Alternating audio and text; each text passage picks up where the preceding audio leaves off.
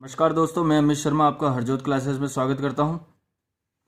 जैसा कि आपने मेंसुरेशन से रिलेटेड जो हमारी दो वीडियो थी उनमें हमने वर्क के बारे में बेसिक कंसेप्ट और उसके क्वेश्चन सोल्व किए थे। आज हम आयत के बारे में जानकारी प्राप्त करेंगे। पहले उसके बारे में कुछ बेसिक बताऊंगा मैं, फिर हम क्वेश्चन सोल्व करेंगे। आयत और सर्कल दोनों चीज़ों के बारे में आज हम पढ़ेंगे। सबसे पहले होता है आयत। क्या होता है? ये आयत होता है। ये जो भाई है ये आयत है, इसका नाम है आयत। क्लियर? आयत में क्या होता है कि जो आमने सामने की भुजाएं होती है, ये भुजाएं क्या होती है? बराबर होती है। ये भुजा और ये भुजा, ये दोनों भुजाएं बराबर होती है। ये भुजा और ये वाली भुजा, मान लो ये भुजा ए है तो ये भुजा भी ए है, ये भुजा बी है तो ये भुजा भी बी है। तो ये इसमें आमने सामने की भुजाएं बराबर होती है। क्लियर है? इसमें बात आती है कि इसमें भी कुछ इसके भी परिमाप होते हैं, इसका भी क्षेत्रफल निकलता है, यानी इसका भी हम क्या निकालते हैं? क्षेत्रफल निकालते हैं। इसमें भी हम परिमाप के बारे में पढ़ेंगे, बाउंड्री जिसे कहते हैं, सारी भुजाओं का योग। और इसमें भी विकर्ण होता है। क्लियर है? अब सबसे पहले हम देखते हैं क्षेत्रफल के बारे में। इस वर्ड का मतलब तो आपको पता ही है कि इसका मतलब होता है कि घेरी गई जगह। कोई भी वस्तु अपनी आकृति के अनुसार जितनी जगह घेरती है वह घेरी गई जगह ही क्या कहलाती है? उसका क्षेत्रफल कहलाती है। तो क्षेत्रफल का फॉर्मूला सीधा सा यही है कि ये होगी इसकी लंबाई और ये हो गई इसकी चौड़ाई। क्लियर है? जब इन दोनों भुजाओं को गुना कर देंगे तो आयत का क्षेत्रफल निकल जाएगा। लेकिन वर्ग में हम क्या करते थे? भुजा का वर्ग करते थे। ऐसा इसलिए करते थे क्योंकि वर्ग की सारी भुजाएं बराबर होती है। तो उसकी एक भुजा भी ए है, दूसरी भुजा भी ए है, तो जब हम किन्हीं दो अंक सेम होते तो वो गुणा करने पर उसका वर्ग प्राप्त होता है। तो ठीक इसके क्षेत्रफल का जो फॉर्मूला होता है वो होता है लंबाई गुणे चौड़ाई।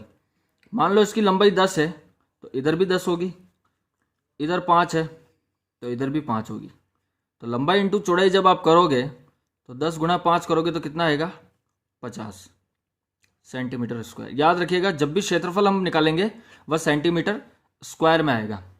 ठीक है? यूनिट का ध्यान रखिएगा कि जो यूनिट होती है, खाली हम परिमाप निकालते हैं जिसमें केवल सेंटीमीटर ही लगाते हैं, उसमें कुछ भी नहीं कर सकते। अब देखिएगा, बहुत जनों को सेंटीमीटर स्क्वायर भी याद रखते हैं, तो मैं सेंटीमीटर स्क्वायर को भी अब आपको क्लियर कर देता हूं। जैसे ये था 10 सेंटीमीटर और ये था 5 सेंटीमीटर। 5 को 10 से गुणा किया, 50 आया। सेंटीमीटर सेंटीमीटर जब गुणा होता है तो सेंटीमीटर स्क्वायर ही तो बनेगा। जैसा मैंने आपको बता दूं कि अगर मैं 2 गुणे 2 करता हूं तो ये 4 आता है, तो मैं इसे 2 का वर्ग कह सकता हूं ना। ठीक उसी प्रकार सेंटीमीटर को सेंटीमीटर से गुणा करेंगे तो सेंटीमीटर स्क्वायर आएगा। और परिमाप निकालेंगे, मान लो अगर 10 सेंटीमीटर है प्लस 5 सेंटीमीटर अगर कुछ है, अगर मैं इन दो अंकों को ही जोड़ता हूं एक बार तो 10 और 5 15 हो जाता है। लेकिन ये ओनली फॉर सेंटीमीटर होगा, ना कि सेंटीमीटर स्क्वायर, क्योंकि मैंने जोड़ा ही तो है। तो ध्यान रखिएगा, जब सेंटीमीटर से सेंटीमीटर को गुणा करते हैं तो स्क्वायर आता है और जोड़ने पर 1 सेंटीमीटर ही आता है, स्क्वायर नहीं लगता है। क्लियर है? इसके बाद हम देखते हैं इसका परिमाप। परिमाप का क्या फॉर्मूला होता है? परिमाप का कोई फॉर्मूला नहीं होता है, नॉर्मल सी चीज है, चारों भुजाओं को जोड़ना है।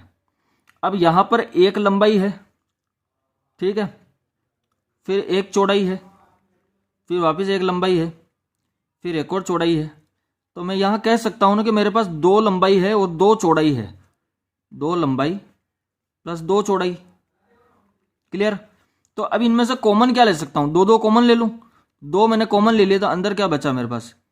लंबाई प्लस चौड़ाई। तो यही इसका फॉर्मूला होता है कि जब हम इसका परिमाप ज्ञात करेंगे तो लंबाई प्लस चौड़ाई कर देंगे। जैसे अब चारों भुजाओं को अगर आप नॉर्मली जोड़ो तो एक है 10 और दूसरा भी है 10, और 10 कितना हो गया? 20, और 5 5 कितना हो गया? 10। तो टोटल परिमाप कितना आया? 30।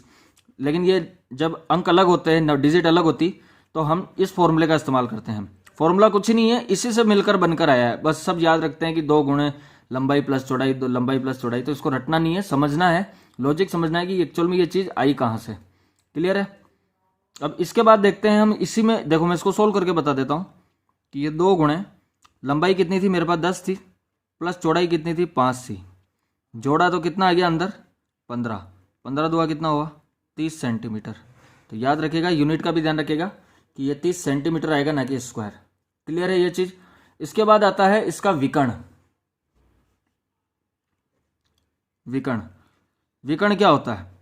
विकर्ण कुछ नहीं होता है, रूट के अंदर जो ये हमारी लंबाई है और ये जो चौड़ाई है इसका वर्ग कर दो बस। जब आप इसका वर्ग कर दोगे तो आपके पास विकर्ण निकल के आ जाएगा। क्लियर है इतनी सी बात? तो ये तो था पूरा आयत के बारे में जानकारी कि एक्चुअल में आयत होता क्या है। आई होप आपको ये चीज़ें समझ में आई होगी। फॉर्मूले हैं जो कुछ याद रखने पड़ेंगे, वैसे तो पूरा चैप्टर ही याद रखने लायक ही है, लेकिन जितना कोशिश होगी मैं आपको फॉर्मूले खोल खोल के बता दूंगा कि एक्चुअल में ये चीज़ें बनी कैसी है। ठीक है, और ये विकर्ण का फॉर्मूला आपको याद रखना होगा। अब हम देखते हैं वृत्त के बारे में, सर्कल, कि सर्कल क्या होता है।